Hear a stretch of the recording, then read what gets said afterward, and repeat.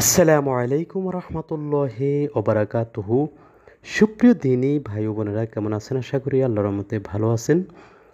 বর্তমানে বাংলাদেশ সহ বিশ্বের বিভিন্ন দেশে তীব্র গরম পড়তেছে, যে তাপমাত্রা 40 ডিগ্রিরও উপরে চলে গেছে এবং কি বাংলাদেশে বিভিন্ন লোকজন কিন্তু মারাও যাচ্ছে। এই গরমের তীব্রতা থেকে এবং তাপমাত্রা কমাতে রাসূলুল্লাহ সাল্লাল্লাহু আলাইহি সাল্লাম ছোট্ট একটি দোয়া আমাদেরকে শিখিয়ে দিয়েছেন, যে দোয়াটি আমরা আজকে ভিডিওতে আপনাদেরকে শিখাবো। অবশ্যই আমরা সেই দোয়াটি পড়ব, কারণ রাসূলুল্লাহ সাল্লাল্লাহু আলাইহি সাল্লামের যে দোয়া শিখিয়ে দিয়েছেন সেই দোয়ার বদৌলতে আল্লাহ রাব্বুল আলামিন আমাদেরকে এই গরমের তীব্রতা থেকে রক্ষা করবেন। তো আমরা চলুন সেই দোয়াটি আমরা শিখে নিই। যে হাদিসে যে হাদিসে এসেছে, গরমকে আল্লাহ রাব্বুল আলামিনের ক্রোধ বলা হয়েছে, আর আল্লাহর ক্রোধ থেকে রক্ষার জন্য রাসূলুল্লাহ সাল্লাল্লাহু আলাইহি সাল্লাম দান সদকা করতে বলেছেন, এবং তেমনিভাবে রাসূলুল্লাহ সাল্লাল্লাহু আলাইহি সাল্লাম দোয়াও শিখিয়েছেন।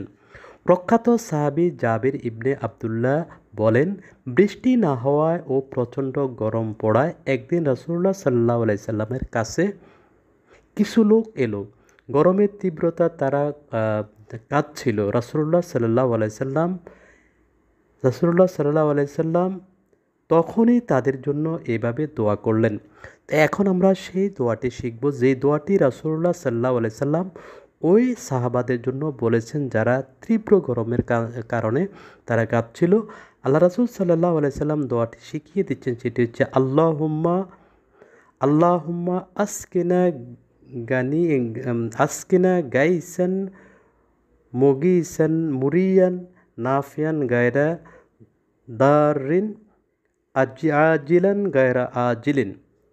আমি আবারও বলছি, আল্লাহুম্মা আসকিনা গাইসান মুগিসান মুরিয়ান নাফিয়ান গায়রা দারিন আজিলান গায়রা আজিলিন। এর বাংলা অর্থ হচ্ছে, আল্লাহ আমাদেরকে বিলম্বে নয় তাড়াতাড়ি ক্ষতিমুক্ত কল্যাণময় তৃপ্তিদায়ক সজীবতা দানকারী মুষলধারায় বৃষ্টি বর্ষণ করুন। এই হাদিসটি এসেছে আবু দাউদ শরীফে এবং ইবনে খুজাইমাতে। যেহেতু রাসূলুল্লাহ সাল্লাল্লাহু আলাইহি সাল্লাম এই দোয়াটি আমাদেরকে পড়তে বলেছেন, তাই অবশ্যই এই দোয়াটির কারণে আল্লাহ রাব্বুল আলামিন আমাদেরকে গরমের যে তীব্রতা এবং উষ্ণতার যে তীব্রতা, যেটি মানুষ ক্ষতিগ্রস্ত হচ্ছে, এমনকি কোনো জায়গায় মানুষ মারাও যাচ্ছে, আল্লাহ রাব্বুল আলামিনের এই ক্রোধকে দমানোর জন্য বেশি করে আমরা দান সদকা করব এবং এই দোয়াটি বেশি করে পড়ার চেষ্টা করব। তাহলে আল্লাহ রাব্বুল আলামিন আমাদেরকে রক্ষা করবেন। সকলে আমরা এই দোয়াটি পড়ব। আল্লাহ রাব্বুল আলামিন যেন আমাদেরকে সকলকে এই দোয়াটি পড়ার তৌফিক দান করেন। আসসালামু আলাইকুম রহমতুল্লাহ।